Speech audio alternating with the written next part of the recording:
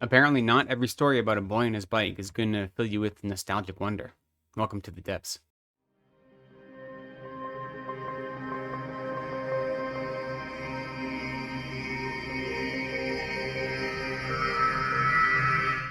Hello, welcome to Reading from the Depths. My name is Lex, and thank you for spending some time with me today. Today, I have a review of Schroeder by Neal Cassidy, and I received a copy of this book from the author in exchange for an honest review. So this is a complicated, somewhat disturbing story on at times that I think looks at some really interesting ideas, and it didn't fully live up to those ideas for me. It didn't hit on all cylinders, but I think it is done in a really interesting way, and I think a lot of people might enjoy checking it out. So I thought it was worth talking about. In the story, it gives it kind of all away in the jacket copy, which is you follow one young man who gets on his bike and goes on a one-day killing spree. And you are in his mind the whole time. And you have to kind of unravel why he's going about doing this. And that's the whole story. So you start with him, and the whole story is told in a stream of consciousness style up until the very, very end. And stream of consciousness narration is tricky. And when it is done well, it is really compelling. It is disorienting. It makes you complicit in the actions of the character in a way. And it can be a really engaging storytelling device. When it's done poorly, it just feels hokey and ham-fisted and gets in the way of having any real connection to what's going on. I think for the most part, Cassidy does it well here. And finding that balance of being in the mind of someone and seeing how they're distracted by the little ordinary things and how they follow their own train of thought, yet still having a narrative that moves forward in some meaningful way is hard to balance. And I think for the most part, he does it well here. I mean, I didn't really enjoy being in this character's mind, but as far as a narrative device goes, I did enjoy it. I thought it had a good balance of being disorienting and also propulsive at the same time. And you ask, like, what kind of things do we hide from ourselves? Because part of the twist of the story is you aren't given any rationales or reasons behind why he's doing what he's doing until the very end. And so this isn't giving anything away. If you look at the table of contents, the story ends with a set of diary entries. And the diary entries, to some extent, are the backstory. And they fill in why our character believes what he's doing is the right thing to do. Right? So they give context where you don't have context for the whole of the story until you get those few diary entries at the end. So I think the stream of consciousness does well. I also think that the world building itself, I think, is done decently well. It's a small town. You can feel that small town feeling where it's the kind of thing where, especially when you grow up in a place where you may not be part of the popular crowd, and it feels like a place you can never escape.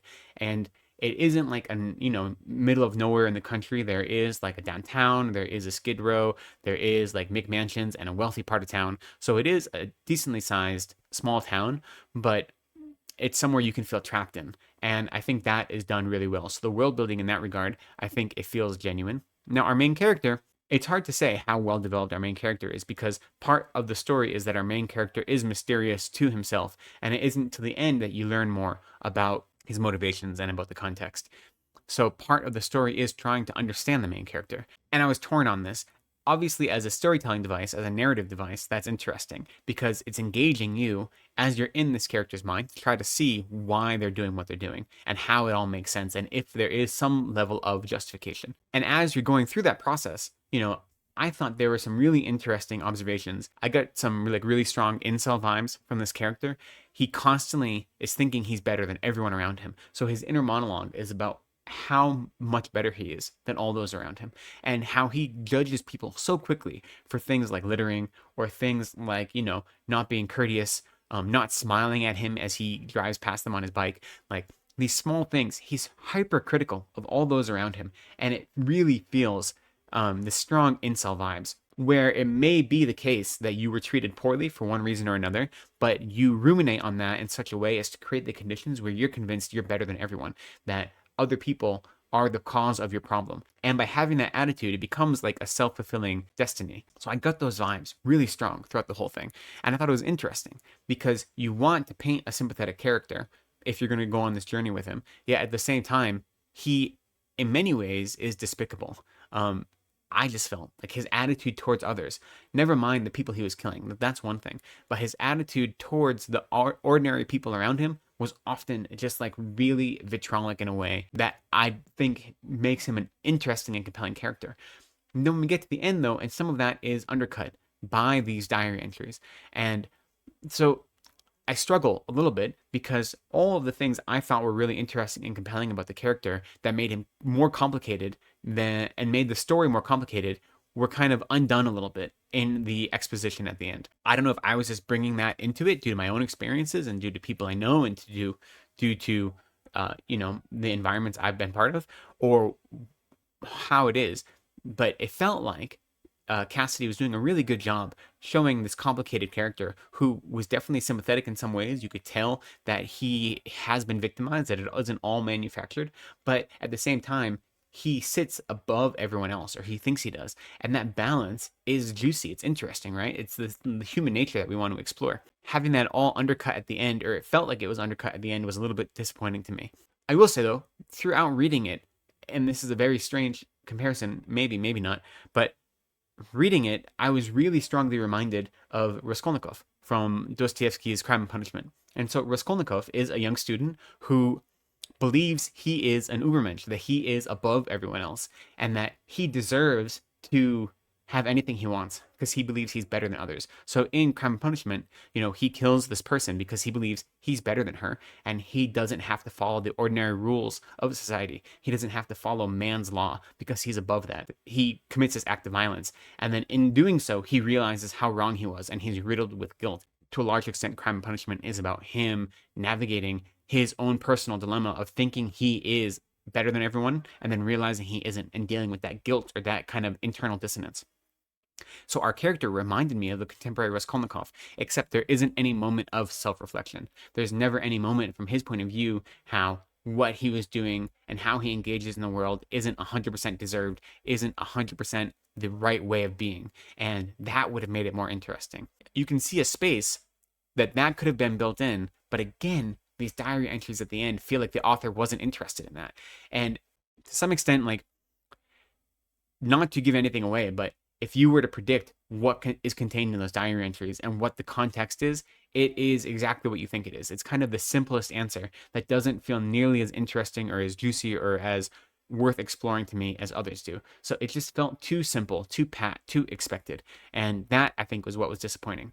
I also just think having all those at the end, I understand the kind of narrative intention, this idea that you build up idea of this character throughout the whole day, and then only at the end of the story do you get a clear picture of his motivations, and that hypothetically is causing you to reassess your entire interpretation of him and his actions and of how he was in the world.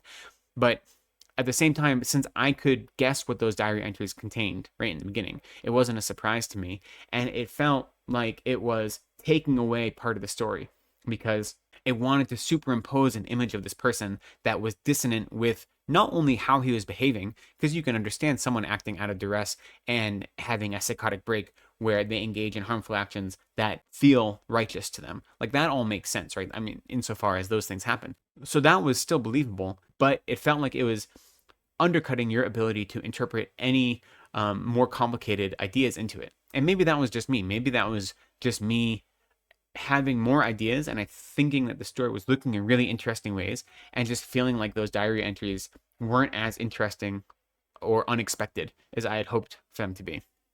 I think to some extent, and while it would have necessitated like a different narrative style, having those journal entries sprinkled throughout the story instead of coming in one batch at the end might have been more interesting, because then you could have an ever evolving interpretation of our main character, and you would still be doing that work of reevaluating your gut reaction to who he was and what he was doing, but it wouldn't be something you only did when you're done with the story. You'd be doing it throughout the story. And so I think that might have, even if the diary entries were the same, like the context was the exact same, if it was just presented in a different way, that might have been something I was more receptive to. I'm not quite sure. As it was, I thought the story itself brought up important ideas. It brought up this idea of what it means to engage in monstrous acts, if that's ever justified, and what kind of brutality you are capable of as a person, what kind of brutality and inhumanity not only are you willing to engage in, but you're willing to lose yourself in. And is there any justification in that? As you can guess, from the outline of the story, it asks this quintessential question of where is that dividing line between a victim and a victimizer? And, this is, I think, a question America has been grappling with forever, really. But in the public consciousness, ever since the Columbine shooting, that was one of the first times that on a level of public consciousness, we have this question of what does it mean when the kids that are bullied their whole lives finally act out against that bullying? And is there a line where reacting is acceptable until you cross the certain line, and where is that line? The story is playing with those ideas. And I think it does bring up a lot of interesting thoughts around them. And even though I felt like it kind of undid some of the more interesting elements with that section at the end, it still brought them up throughout. It still had me thinking about these things as I went on this journey with our main character. And so that think is compelling. I think the decision to locate yourself within the mind of someone who is engaging in this type of violence, and who is lost in the ways that our main character is lost, yet he's so sure of himself and believes he isn't lost, I think is always an interesting narrative decision. And I think for the most part, the stream of consciousness does work here. It is disorienting, and it is also illuminating in equal measure. So for the most, but there are some parts where it felt a little bit much, like it felt like digressions kind of lasted too long, but that's okay. That's to be expected. Overall, I thought it was an effective narrative device, and so I did enjoy that part of it.